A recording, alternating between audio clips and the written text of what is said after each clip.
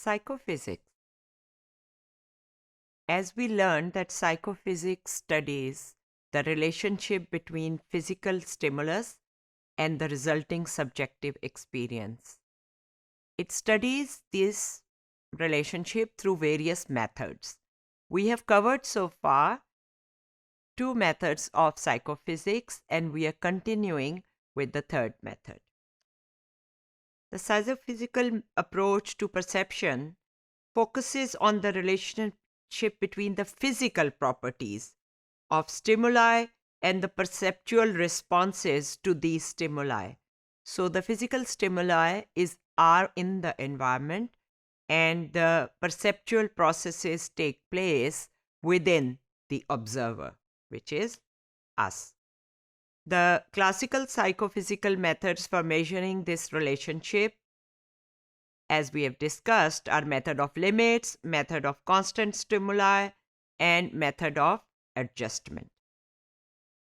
And these methods relate the intensity of a physical stimuli, light or touch or pressure or sound,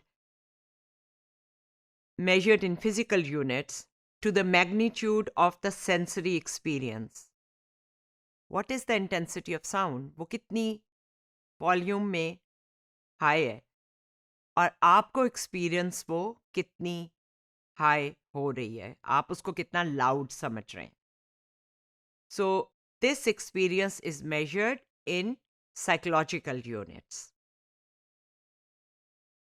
In method of adjustment, the observer adjusts the stimulus intensity continuously until the observer can just barely detect the stimulus.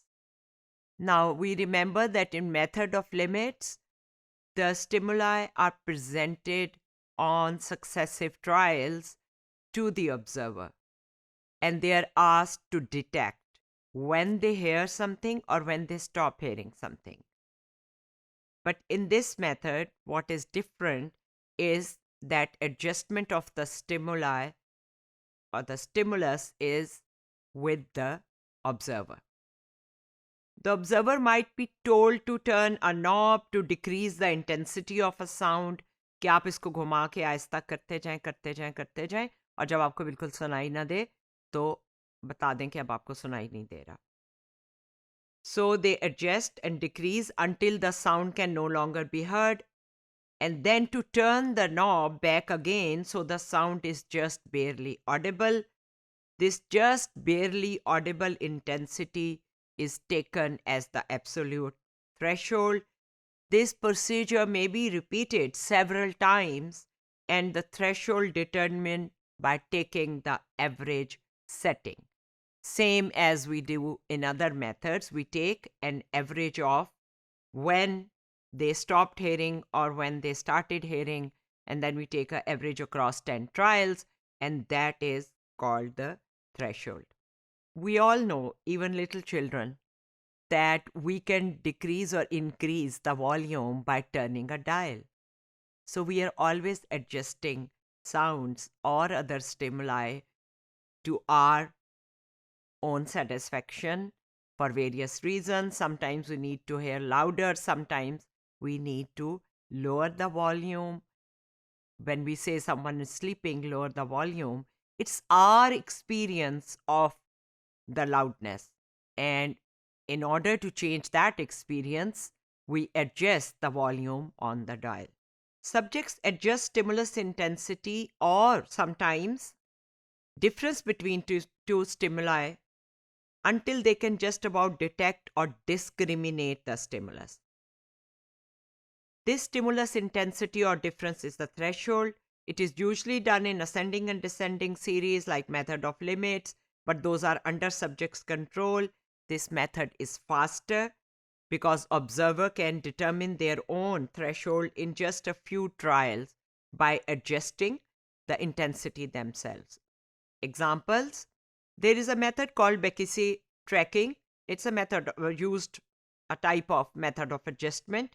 The listener pushes a button as long as he can hear the tone and lets go when he stops hearing the tone. So the level goes up and down around threshold. In Bekisi tracking, the frequency of the tone changes during the course of the test, so the threshold can be estimated at many frequency. It is also called Bekesy's audiometry because it's used for detecting hearing thresholds and for detecting hearing deficits. There are other examples. An optician can give you different discs and you can overlap them and create another color to match another color. So red, green, blue can be overlapped to match another color, and that's how you say that this color is now comparable to the other color. If you compare methods, this is taken from Goldstein's book, this is how their results are displayed. And as we have just seen, in tracking, the results are displayed in another way. The difference threshold, as we discussed earlier, is the minimum difference or change in intensity to detect a difference. There's a comparison stimulus and there's a standard stimulus. For example, if we are judging weight, 100 gram, you add 2 gram and someone says it's heavier. 200 gram and you add 4 gram, then they perceive it as heavier. So जितना थोड़ा होगा उसमें थोड़ा सा भी addition feel हो जाएगा और अगर ज्यादा होगा तो उसमें ज्यादा एडिशन करना पड़ेगा. This is called Weber's law and Weber's fraction. Now, as we can see, K is the constant, the Weber fraction, S is the value of the standard stimulus. So this is how the calculation goes. It can be applied to many senses. The fraction varies across modalities, tends to be a constant within a task modality. And as we can see, Weber fraction for a number of different sensory dimensions. For electric shock, it's very small. So you increase electric shock by a fraction and you can feel that subjective level of pain goes up double, 3 times, 4 times. Whereas line length, lifted weight, taste, the fractions are, you need greater and greater fractions in, to obtain the same subjective experience of more heavy or longer or more bright light. Difference threshold has another concept. It's called just noticeable difference. It's the minimum amount by which stimulus intensity must be changed in order to produce a noticeable variation in sensory experience. And PSE, which is called point of subjective equality. There is a point of objective equality. The line may be 3 centimeters, but you consider it equal to another line at point of 3.1 or 2.9. So that's your point of subjective equality. Just as we sometimes estimate कि उतना ही लंबा है या उतना ही छोटा है या उतना ही मजबूत है, heavy है, those are our subjective judgments and they are not objective. So point of subjective equality can be same but can be different from the objective stimulus intensity.